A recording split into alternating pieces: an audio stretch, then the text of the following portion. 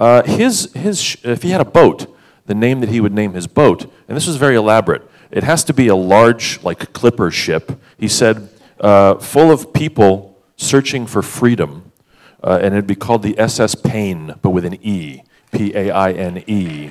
You know, sort of like this.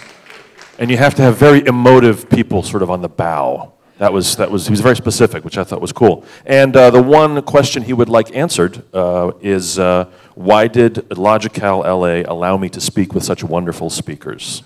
So, isn't that sweet? Isn't that sweet? Please welcome to the stage, Alex O'Connor.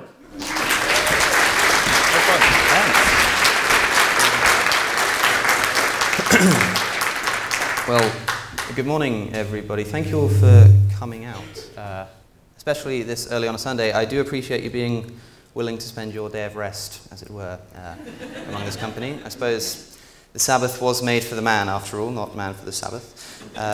There are certainly less productive things we could be doing on a Sunday morning. So I am glad that you're all here. It's one thing to be up this early on a Sunday, I have to say. It's another thing to be up this early on a Sunday and also jet-lagged. But I will try my hardest to present my thoughts to you as coherently as possible. You may be able to tell from my accent that I'm not from around these parts. I'm from New Jersey. I'm from Oxford in the United Kingdom. This is my first ever time in Los Angeles, actually. And in fact, my second ever time in the land of the free. Speaking of which, since I'm in the land of the free, I spend a lot of time defending certain freedoms. Typically, these tend to be what are known as negative freedoms. Freedoms from certain things. Freedom from excessive government interference where it's not necessary. Freedom from religious interference in government and in education. But if there's one positive freedom, an active freedom that can be granted to people that I can fully throw my weight behind, it's the kind of freedom that comes along through a scientific education and intellectual literacy, which is why I am really honored to be taking part in an event like this, which is dedicated to that noble purpose. Now, I didn't catch all of the last speaker, Jamie. However, I did notice nearing the end of the talk that there may be a little bit of crossover. I didn't quite realize that I'd be put after a speaker who's speaking on a very similar topic. So we may come to similar conclusions, but for slightly different reasons. I almost feel like I've shown up to an event wearing the same clothes as somebody else. And if somebody has to change, I guess it's going to have to be me. I almost feel as though I'm the one who's been conned. Now, I was recently reading a book by a guy called Michael Palmer about the religious views, or the views on religion of Sigmund Freud and Carl Jung, and I was quite surprised to learn of something about Sigmund Freud. He wrote a letter to Carl Jung in which he expressed his fear of the numbers 61 and 62. It's really interesting, actually. He described it as uncanny. In fact, he was assigned a phone number that ended in the number 62. And when he checked into a hotel room, he was given room number 31, which, lo and behold, is half of 62, of course. And he wrote that he'd become convinced that he was going to die at the age, between the ages of 61 and 62. This is what he wrote, and this is something that he felt. Now, guess when Sigmund Freud died? That's right, he died when he was 83. The point, of course, that I'm trying to make is that smart people are very capable of believing silly things, and I'm hoping this morning to explain why I think that is. Now, this isn't something that's purely abstract for me.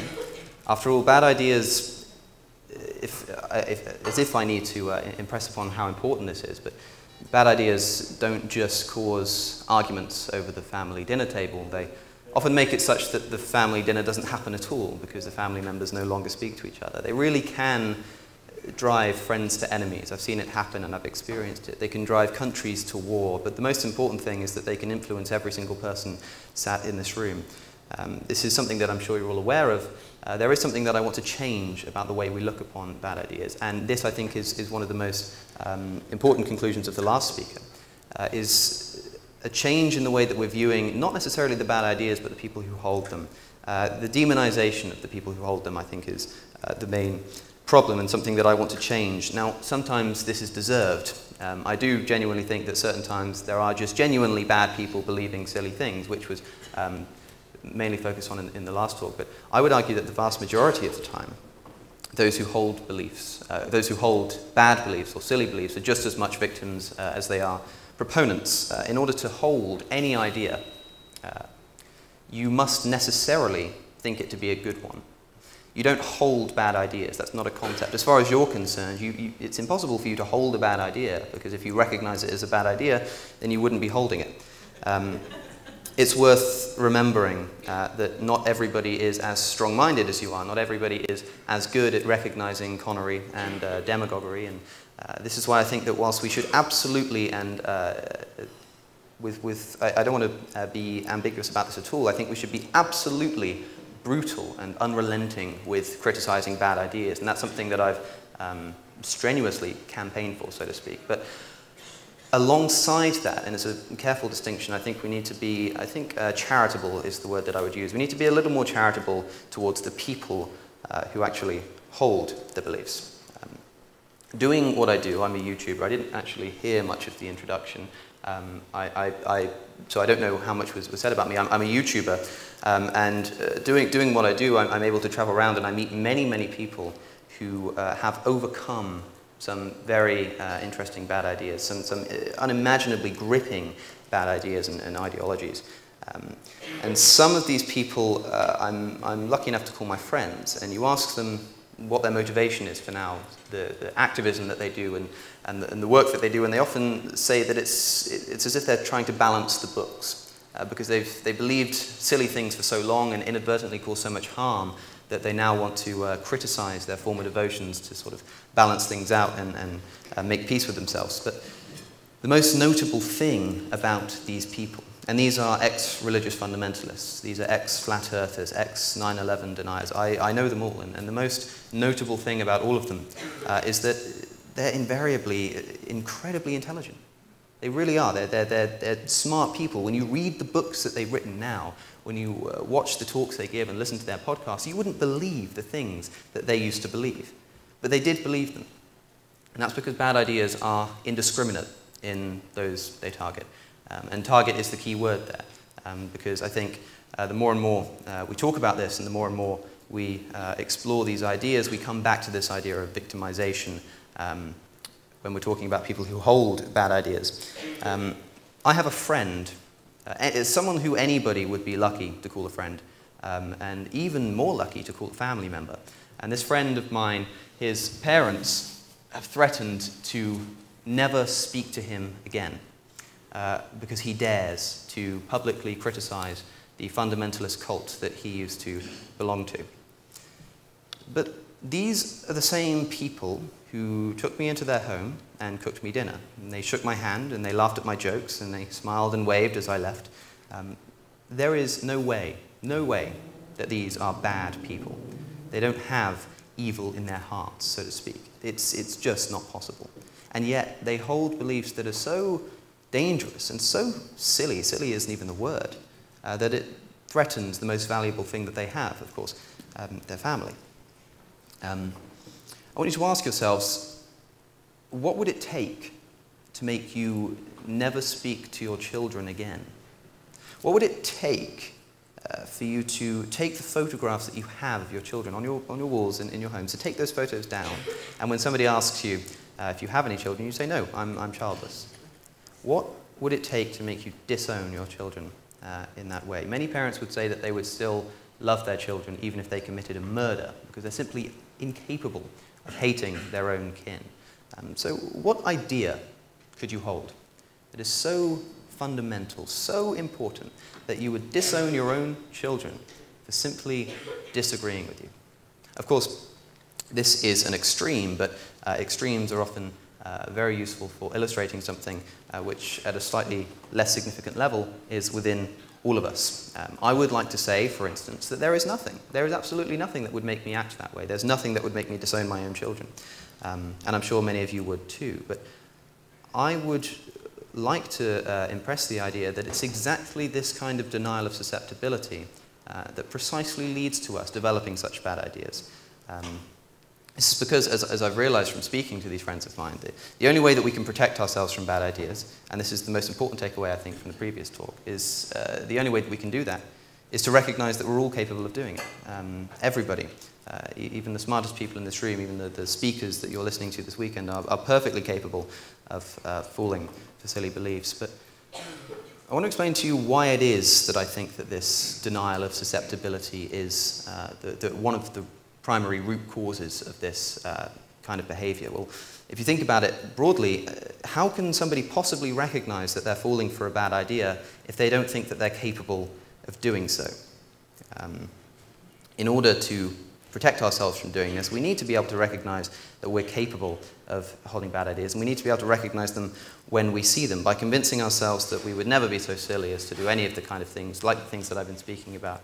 There's no way that we would act in this manner. By doing that, we're lowering our guard and making ourselves even more susceptible. It can be very easy to forget, especially when surrounded by such company, that there are people who do believe that the Earth is 6,000 years old. There are people who do believe that 9/11 was an inside job, or that the Earth is flat, or that it's ever okay to put pineapple on a pizza. It's surrounded by company like this. It can be very, very easy to forget that these people do exist. It's a scary prospect. But I am certain, this is one of the things that I've concluded, I am certain that certainly most of the people in this room, including myself, hold at least one belief that other people would look upon with such incredulity as we look upon beliefs like that. I'm certain of it. And when I've spoken about this before, it always comes across quite pessimistically. There's no way to escape that. But the question is always asked, people say that they don't like this. They don't like being told that they're so capable of believing bad ideas and that our nature makes us so susceptible to it. So if you're ever feeling frustrated, if you're ever feeling a bit downtrodden about the fact that you're capable of holding silly beliefs because of certain mindsets that we all hold, it may console you to know that one of the best examples, or I suppose perhaps one of the worst examples of such behavior, comes from none other than the most brilliant physicist of the 20th century. After Albert Einstein had completed his calculations of general relativity, he noticed that his calculation predicted a universe that was not static. Effectively, what this means is it was thought that the universe, the received wisdom in Einstein's day was that the universe was static. That means it's unmoving, it's not growing, it's not shrinking with no beginning, it's not headed towards an end. And a lot of people believe this for the sake of philosophical convenience. Of course, if it did have a beginning or was headed towards an end, it would need explaining, and this was something that couldn't be done as far as they were concerned. And this was something, for better or worse, that Einstein believed. Now, when his calculations predicted a universe that was not static, Einstein was faced with a problem. And you ask, what does the greatest physicist of the 20th century do when his calculations show him that his view of the universe is wrong? Well, he altered his equation. On the left-hand side of the equation, he added in what he called a cosmological term, which effectively represented a repulsive force that spread throughout the entire universe, which counteracted the gravitational attraction of all matter and allowed the universe to remain static. And as far as he was concerned, that solved the problem. The universe was static. That is until in 1929, an American astronomer, Edwin Hubble, came along. I'm sure many of you are familiar with the story. Discovered two very important things. The first was that the universe is a lot bigger than we thought it was. Things that we used to think were just entities within our own galaxy turn out to be galaxies of their own. But the second thing and more pertinent thing that he discovered was that these galaxies are all moving away from us. And in fact, they're moving away from us at a speed that is proportional to their distance. That is, the further a galaxy is away, the faster it's moving away from us. Now, of course, we now recognize this to be indicative of an expanding universe. That is, a universe that is not, in fact, static. And when Einstein realized this, when Einstein realized that the universe was expanding, he retracted his cosmological term, realizing that it wasn't necessary, and he later called it his greatest blunder.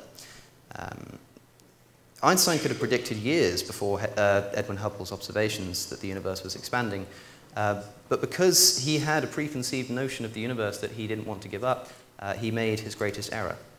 The takeaway is this: you may be smart, but you're no Einstein.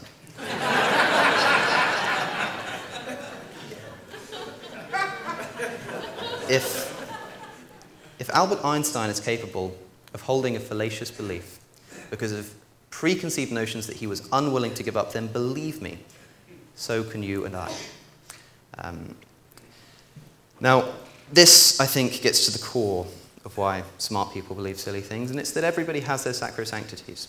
Everybody has those beliefs that are just so good that they're set in their ways. But I'll remind you about this very simple idea that I brought up earlier, that in order to hold any idea, you must necessarily think it's a good one. And we too easily subconsciously presume that those ideas that we hold most fervently or have held for the longest contain more truth, and this is where the harm is done.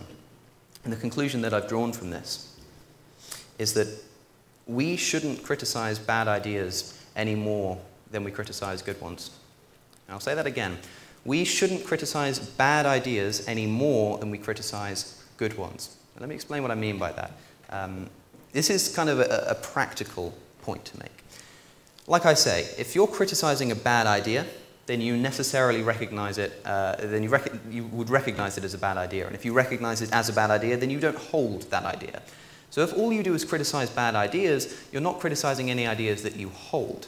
Now, there is benefit in criticizing bad ideas, of course, because you may be willing to argue with somebody else who holds one of these ideas, or maybe you wish to consolidate your own knowledge.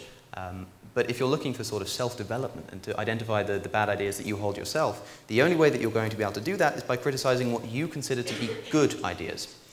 And this shouldn't be a scary prospect. After all, if the idea that you hold really is a good idea, then it will survive the criticism. No problem. If it doesn't survive the criticism, then it's revealed to be a fallacious belief, and you will stop believing it, and a good thing too. So I think that we should be criticizing bad ideas, we should be criticizing good ideas more than we criticize bad ideas, at least those that we consider to be good and those we consider to be bad. I think that all ideas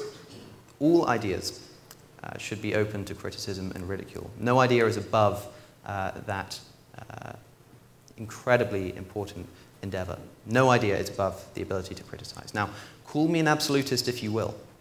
After all, you would be challenging something that I consider to be a good idea, and if I haven't made that obvious enough already, that's fine. I don't mind that. But everybody has these sacrosanctities. Perhaps this is one of mine that I need challenged, but these ideas are often treated as sacrosanctities because we're just so emotionally invested in them. We really are. If we're emotionally invested in an idea, especially if we've held it for a very long time, it becomes a sacrosanctity. And there is, of course, a very simple reason why we allow our emotions to overcome our reason in this way, and that's because we're emotional animals. We didn't evolve for quantum physics and philosophical and political debate. We evolved for a very simple purpose, and of course I don't mean purpose in the prescriptive sense. We evolved to survive, effectively, and emotions are something that help with that feat. All kinds of emotions like fear and hunger and anxiety, you can see quite easily how these things can aid human survival and human evolution, and they can be found across the entire animal kingdom. However, conferences like this cannot be found across the animal kingdom, because what we're doing is unprecedented. This is not a natural thing to be doing. Someone once said that our modern skulls house Stone Age minds, and I think this is demonstrably true. A good example of this comes from Princeton in 2001. There was a study conducted where people were faced with 60 ethical dilemmas whilst undergoing an MRI scan. One of the dilemmas that was put to them whilst they were undergoing the scan was the very famous trolley problem. I imagine most of you are familiar with it. Maybe a raise of hands if you know of the trolley problem. Okay, that's almost everybody. I see a few hands down, so just briefly in case. The trolley is heading down the track. It's about to hit 5 workers who can't hear it coming, and you're stood by a lever, and you have the ability to pull this lever. And if you do, the train gets diverted onto another track where there's only a single worker, and it would kill the 1 worker instead of killing the 5. And you ask people, would you pull the lever? And almost unhesitatingly, most people say, yes, of course I'd pull the lever. And then the question is put in a slightly different manner. You say you are on top of a bridge and there is no lever, and there's a train going underneath you and it's still going to hit these 5 people, and there's no lever to pull. However, there is a very large man who has, unfortunately for him, decided to walk up alongside you on this bridge, and if you push the very large man off the bridge, he will fall on the train and prevent the deaths of the other 5 people. And you ask, would you push the fat man? And people often say no. And this has fascinated people for a very long time because, after all, these are logically identical situations. You're sacrificing one presumably innocent person to save 5 presumably innocent people, and yet people act differently. And this is one of the questions that was put to these people undergoing the MRI scans, and it showed something very interesting. It showed that different areas of the brain were lighting up. When people were considering pulling the lever, parts of their brain most associated with reason-making were lighting up. When they were considering pushing the man, the parts of the brain that were most associated with emotions were lighting up. And what this shows, of course, is that although they're two identical, logically identical situations, our brain is treating them differently. And in the very rare cases where people would both pull the lever and push the fat man, they took longer to make that second decision and were clearly exercising or allowing their reason to overcome their emotional impulses. The takeaway is this. The philosophical dilemma, of course, hasn't been solved. That's not what anybody was trying to do. But what has been shown is that in these two identical situations, people are able to make different decisions nonetheless because of emotional impulses. In other words, their emotions are overcoming their reason. And the scariest thing, of course, is that this is done entirely subconsciously. It's not like something that we can identify and immediately remedy. This isn't just saying something about the nature of the way that we conduct our politics and philosophy. This says something profound about human nature, and try as we may, hundreds of conferences like this, as wonderful as they are no match for 4 million years of human evolution. And that's not even the worst of it. I'd also like to invoke His Grace Michael Shermer, who, as well as making the point that smart people can also hold silly beliefs, he actually he put forward the idea that more than being also susceptible, smart people are often more of a problem when it comes to believing silly things because they're better at rationalizing those silly beliefs. If you hold an idea, whether it be good or bad, if you have intellectual ability, if you have rhetoric ability and argumentative ability, you're able to convince yourself a lot more easily of the bad ideas that you hold. There are certain individuals who exist who I am certain they could argue that the moon does not exist, and I'd probably believe them because they're just that good. I'm sure most people have at least somebody they can think of who's just that good at talking and good at convincing people of things that they could do a similar feat. But of course, this is the problem, and this is why it's particularly dangerous when smart people believe silly things. Imagine, for instance, an incredibly intelligent person, an incredibly intellectual and rhetorically gifted individual who was wrong about something, wrong about some issue. It doesn't matter what it is. Let's imagine there's somebody who is, shall we say, less intellectually endowed, who is right. And these people are having a debate. Who is the victor? Who walks away convincing the audience that they were correct? Who walks away thinking that perhaps they might be wrong themselves? Who walks away thinking that they're definitely right because they won the debate? This is the problem, because one of the responses that I hear to this, especially given that I've just sort of pressed my insistence on freedom of criticism and what you might call the free market of ideas, people often say to me, well, this isn't really a problem because, of course, a smart person can convince somebody of a silly belief, but all they have to do is go and listen to somebody else and they'll be unconvinced of it. Or even the smart person themselves who becomes convinced of a silly belief can just go along and listen to criticism and ridicule, and eventually they'll be able to rectify the mistake that they have. But if only it were that simple. There's another problem lurking in our Stone Age minds. And it's very similar to this idea of cognitive dissonance, actually. It's, what's it called now? Confirmation bias.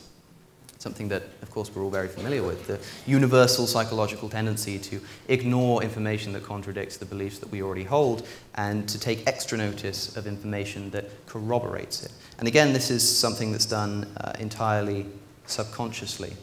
It's not like we're actively trying to defend our beliefs just for reputation's sake, although we do that as well.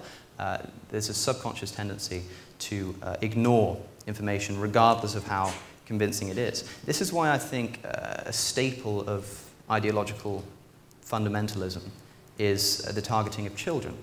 You know, get in there early, get them while they're young, because then you allow this confirmation bias to set in, and it doesn't matter what information they come into contact with later in life, because it's not going to matter. They're going to ignore it, and they're going to do it subconsciously. It's not something that they can necessarily be trained out of, because it's so early in their life that they've been convinced of something that the confirmation bias is simply too strong. Another staple of fundamentalism is the kind of ignorance, to borrow a phrase from Aaron Ra. It's the kind of ignorance that doesn't just say, I don't know, but says, I won't know. If you've ever seen a creationist presented with evolutionary data, for instance, you'll know exactly the kind of thing that I'm talking about. Of course, this is confirmation bias at its most overt, but don't be fooled. This is something that affects all of us, of course. You may have wondered why, oftentimes, somebody's most deeply held belief is one that they've held for the longest time. You may have heard people defending certain beliefs, especially controversial beliefs, by saying something along the lines of, oh, well, that's just what my dad taught me, or sort of something of that sort. This is, of course, indicative of these people simply being victims of confirmation bias. And it's as tragic as it is worrying. It really is. So I would like to summarize the admittedly rather depressing information that I've presented to you. Discounting the first half, the second part, the second idea of why smart people believe silly things. I can do it in 4 parts. Number 1, we are emotional animals, prone to allowing our emotions to overcome our reason. Number 2, more than being also susceptible to this, smart people are often more of a problem because they're better at rationalizing their emotional hunches. Number 3, when a smart person does hold a silly belief, they're better at convincing other people of this.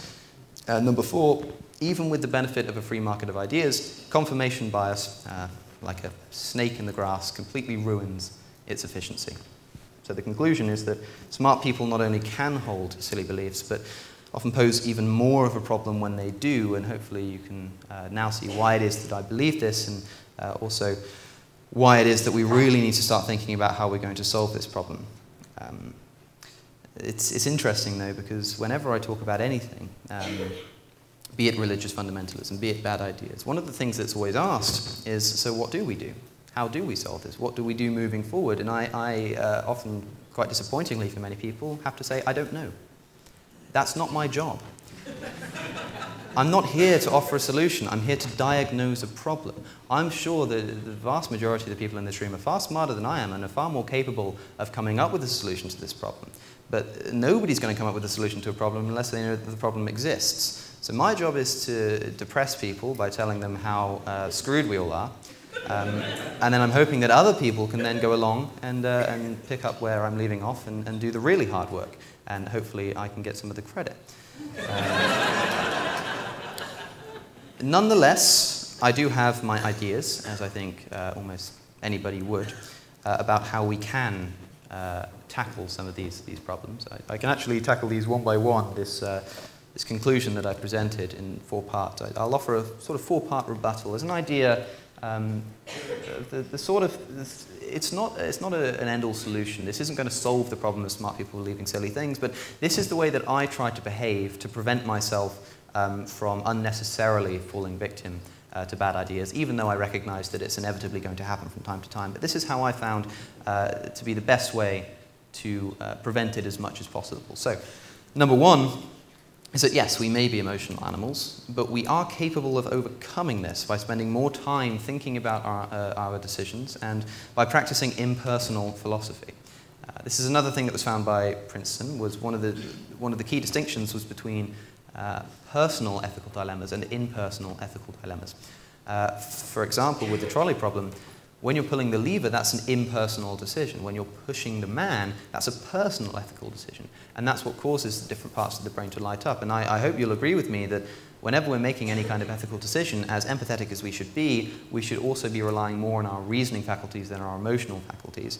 And so one of the best ways I think we can do that is by practicing impersonal philosophy, removing yourself from the situation, and whilst recognizing that empathy is a good thing, a lot of the time, we need to err more on the side of sympathy than empathy so that we can more objectively analyze the situation. This is very difficult to do when the ethical dilemma concerns yourself. But For a practical example, if you're considering a decision that you have to make, imagine you were advising somebody else. Imagine you had nothing to do with it, because that's one of the only ways that we're going to be able to overcome our emotional hunches. Third point, although smart people are very capable of convincing other people of bad ideas, when somebody tries to do that, when somebody... Oh, excuse me, I've skipped one. I went straight to number 3. Because, of course, first, you come to these ideas yourself. When you do start thinking of an idea, any idea, the first thing that you should be doing is internally criticizing it as much as you can, rather than, as soon as you think of an idea, we have a tendency to start putting things together. And I think this is how conspiracy theories often work. You think of an idea, and then you see a little bit of evidence and a little bit of other evidence. You put it all together, and you start to think, this is starting to make sense. And by the end of the day, you've got an entire theory going on. And when somebody finally comes along and criticizes it, or when you think of an objection, there's so much evidence that you've got in favor of this theory that one little criticism isn't going to solve the problem. So what we need to do is, when you first start thinking of an idea, the very first inklings that you get, you should be internally criticizing it as much as humanly possible. When somebody else tries to convince you of an idea, you should immediately be looking at rebuttals. Similarly, this is the third point. Especially if you're new to a topic.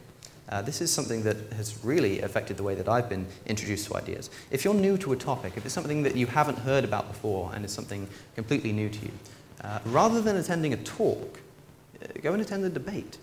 Don't listen to a single person. Listen to a conglomerate of people all arguing and debating, because if you allow yourself to be introduced to a new idea by a single person, you are really putting yourself at risk of confirmation bias.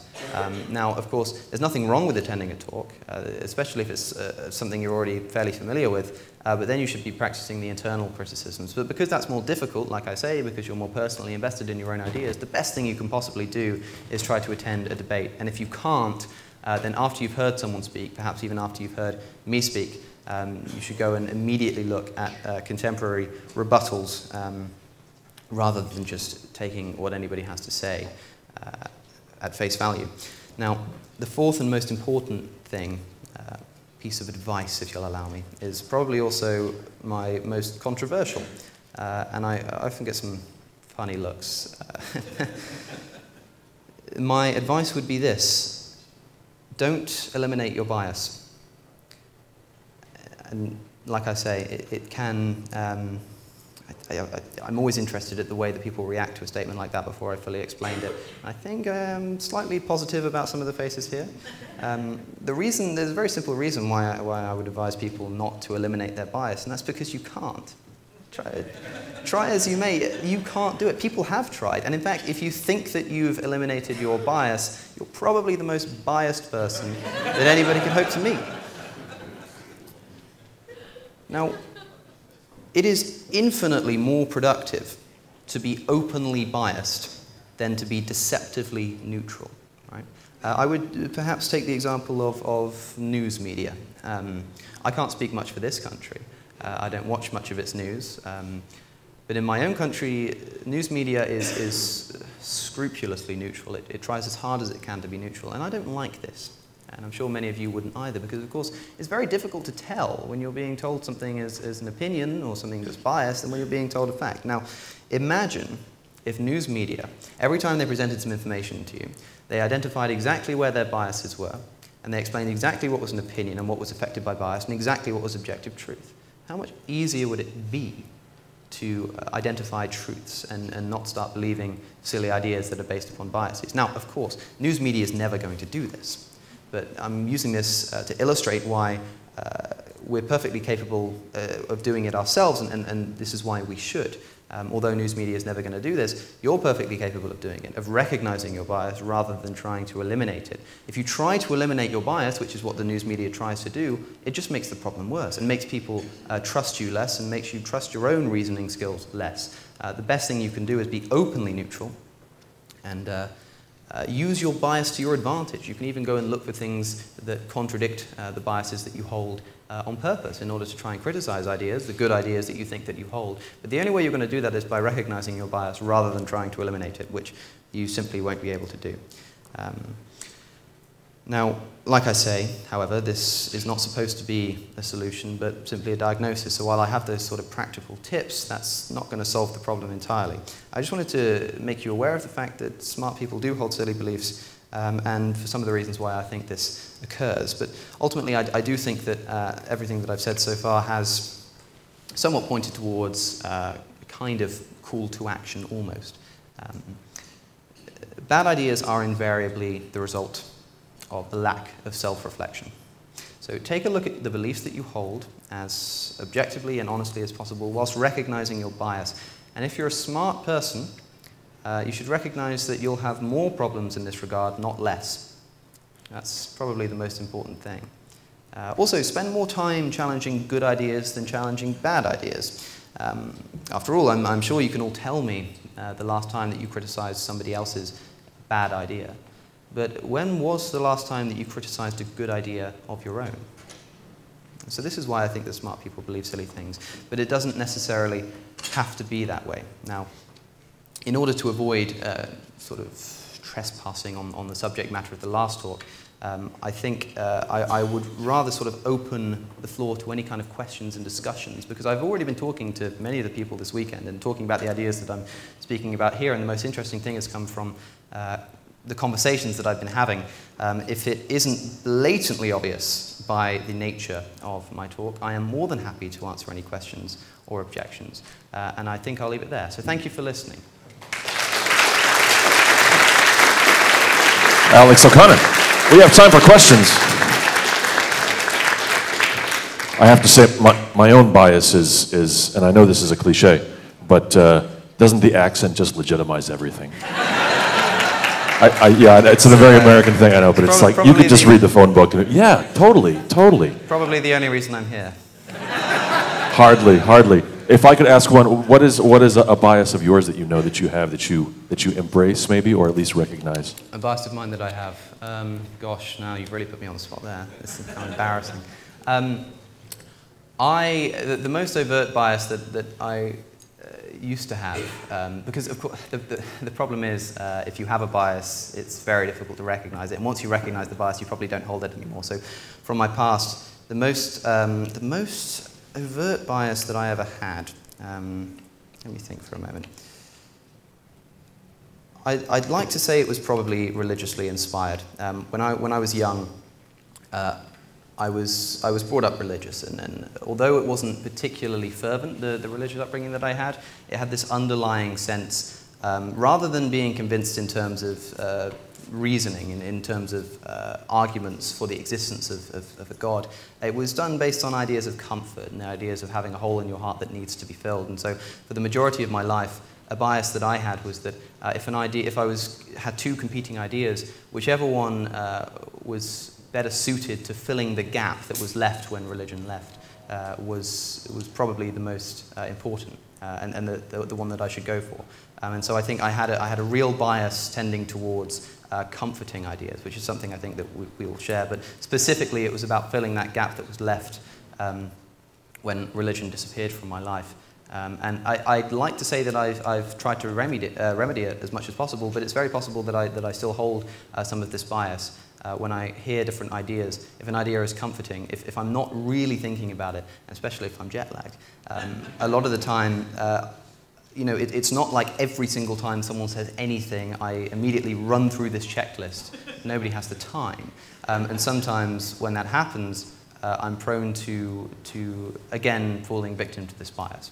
I can only hope that I recognize it more quickly, but really I'd say it's this idea of comfort tends to take precedence. One of the things that I don't hear a lot about, because I did my master's thesis on grief processes, and when somebody dies, for instance, the widow changes her identity because before she was a wife, now she's like a single person. And this puts her in a whole process of re-identifying who she is. Mm-hmm. And I think that one of the things I don't hear a lot in the skeptic communities is how sometimes belief systems are part of a person's self-identity. And so to divorce themselves of those ideas, they're doing more than like like Mythbusters. We probably all seen Mythbusters, and we've not had a lot of psychological commitment to the myths that were being busted. So it's easy to go, oh yeah, they're right, and then move on in our lives. But if an idea is involved in your whole family, in your culture, and how you go about your lives, and it's all integrated in who you are as a person, it's going to be far harder to divorce yourself. And I think what Jamie was saying and you're saying, the empathy, it really has to be there for us to move them a little bit at a time maybe, and it be more of a process. Because in grief, it can take somebody a year to get over the death, and some people never get over it, and so they have to move. But they can't, you just can't take it from them right away. Yeah, I think you're absolutely right. Of course, this is why I don't think there's a single way to tackle bad ideas, as well as being willing to criticize your bad ideas. This is why I also press the idea that you should allow others to criticize those ideas, and you should recognize that the idea that you hold is a sacrosanctity. But of course, that's only if you want to. You don't have to be smart. You don't have to eliminate the bad beliefs you have. Some people, I freely admit that there are some people who really would benefit more from a comforting delusion than an uncomfortable truth. And oftentimes it's far, far more productive to have the prior. But there are certain examples where the latter is preferable.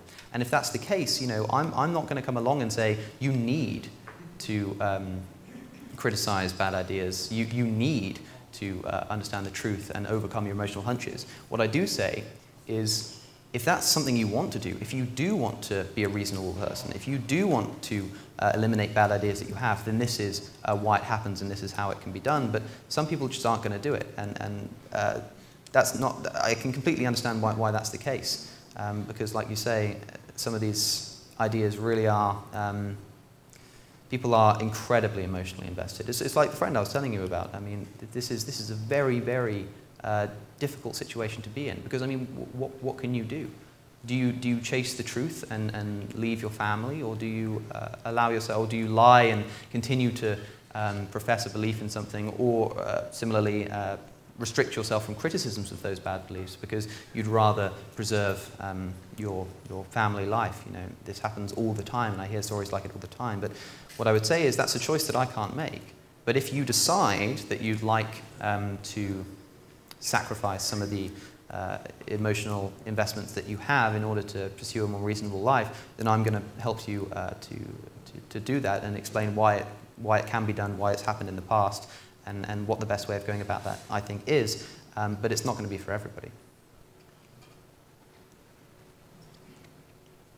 So at what point do we actually commit to the good idea?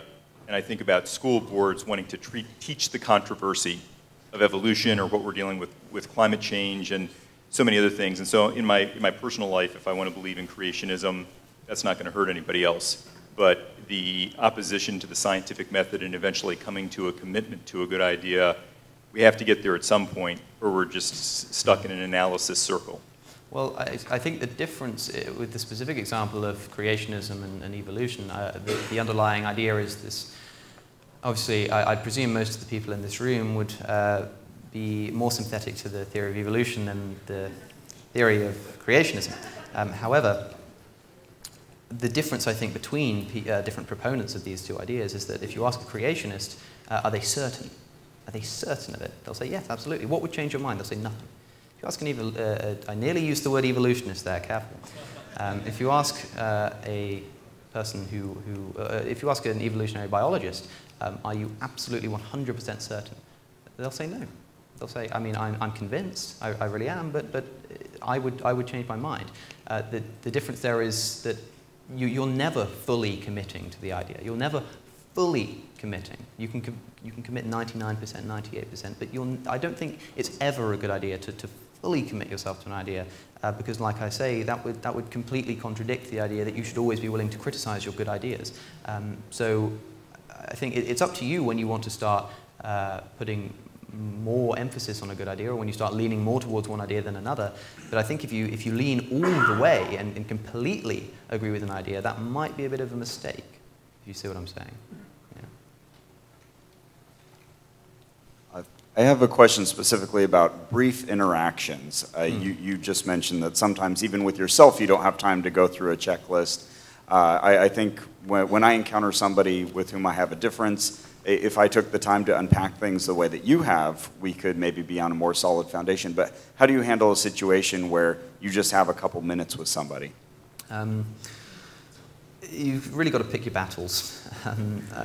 I mean, there have been times where, for instance, in fact, on the way here, I was waiting for my plane in Heathrow Airport in London, and I was sat there reading a book, and as if that wasn't, as if my reading a book wasn't indicative of my not being wanted to be disturbed, somebody comes and sits next to me. Perfectly lovely woman, and she starts talking to me and asking me, you know, oh, why are you going to LA? And I say, oh, I'm going to attend this event. It's about sort of reason and logic and whatnot. And she asks, what are you talking about? Why have you been invited? And eventually I tell her that I have a YouTube channel where I talk about religion. And she says, oh, so what do you believe? And I say, well, I don't. I'm an atheist. And she goes, oh, okay. Can you guess what religion I am? And I said, well, by the hijab, I guess you're probably a Muslim. And she says, yes. And she's a lovely, lovely person. And we're talking about, you know, LA, and she's going to visit her sister and everything. And then all of a sudden, she starts telling me about jinns. Starts telling me about how they were causing the walls of her home to vibrate. And she had to cut down a tree to expel the demons from her garden. I have to say, I didn't spend much time trying to solve that. Gave it a nod, I said, well, I mean, but honestly, what I did do, it's odd, I couldn't help myself. I still did something, but I did it in a very broad sense. I gave her an argument which is probably the first thing that all of us would probably be thinking of. So she was telling me this idea about how she was explaining these phenomena that were going on in her life and saying that she thought it was a sign from Allah. And I simply said, well, I mean, it's interesting, you know, because I was talking to somebody the other day who was a Christian, and they were experiencing a lot of these kinds of phenomena, and they said that it was because of the intervention of Jesus Christ. I said, so how do you reconcile that? And she didn't really give me an answer, but we kind of left it at that. Now, I definitely haven't convinced her of anything. I definitely haven't changed her mind, but I couldn't do nothing. But there are certain situations where you're just not going to be able to do anything, but at least sort of plant a seed. Because for all I know, she may have sat on that 11-hour flight and thought about that tiny little idea that I gave her, and it's not going to change her mind. It's not going to convince her, but maybe she thought about it a bit. And then so later on, when somebody else gives her a small bit of information, she starts putting them together, if you know what I mean. So you don't necessarily need to be the person to fully convince someone of something. Just try and plant a seed that hasn't been planted in their heads before. That's what I would try to do, and that's what I did try to do this weekend.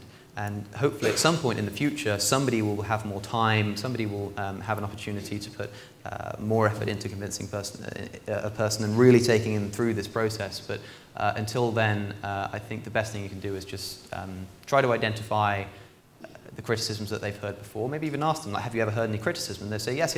And instead of trying to convince them of the criticisms that they don't agree with, introduce a new one. That's what I'd probably try to do. We have time for one more. So I had a bit of a lead into a question. So you had mentioned something of a very interesting topic regarding how our news media, your news media in your respective country, is it tends to be overly neutral. That's just wanted to touch up on that. Our media is very, very purposely neutral, very forcing its way to seem as if it has no bias. Yeah. And as you can tell by the recent election, there's been a lot of biases that have been protruded and sent out by these news media that's simply not true. That also brought in the topic of like how you had mentioned that humans are like a primitive species with a primitive mind, and I thought that was very interesting how we just barely discovered these scientific advancements and we don't know how to use this knowledge. So I was wondering what would be like moving forward the best case scenario for humans. What would be in the best interest as a human species to proceed from here with all the indifferences, with all the way, not the indifferences, the differences in the way we handle our problems. Well, You have 30 seconds. I'm kidding. Look, I mean, the most important thing is to recognize not only your own biases, but other people's biases. When news media is biased, which it always is, basically be skeptical whenever anybody claims that they're neutral. Be skeptical anytime that somebody tells you that this is objective and there's no real two ways about it. I think it just goes back to this idea that we should be, the first thing that we should be doing, the very first thing that we should be doing when we hear of an idea is trying to actively criticize it. And I think that's the way forward. We saw a lot of stuff during the election. There was like there were these live fact-checking things and whatnot, and these are fantastic. This, I think, is the way forward. But like you say, it's very new. This is all very new technology, so we're kind of not used to it. But I think as we go on, I'm certain that during the next election, this fact-checking will occur again, and perhaps people will do it more fervently or have better technology to do it, and that will only improve. But like you say, because it's new, we just need to be careful and make sure that what we're doing is actually productive. But yeah, I think, especially with the news, which is the most important thing, watch multiple sources. Don't watch the same news channel. I read a different newspaper every day. Because if I didn't, then I'd be risking myself of becoming victim to the biases of one particular outlet. So listen to all different ideas, even the most ridiculous ones that you can. You know, I watch InfoWars every now and again, just to remind myself that there are people like out there, that those ideas do exist. I'd say it just goes back to that idea. Be willing to criticize anything that you hear. Once again, Alex O'Connor, ladies and gentlemen. Thank you, Alex. Lovely.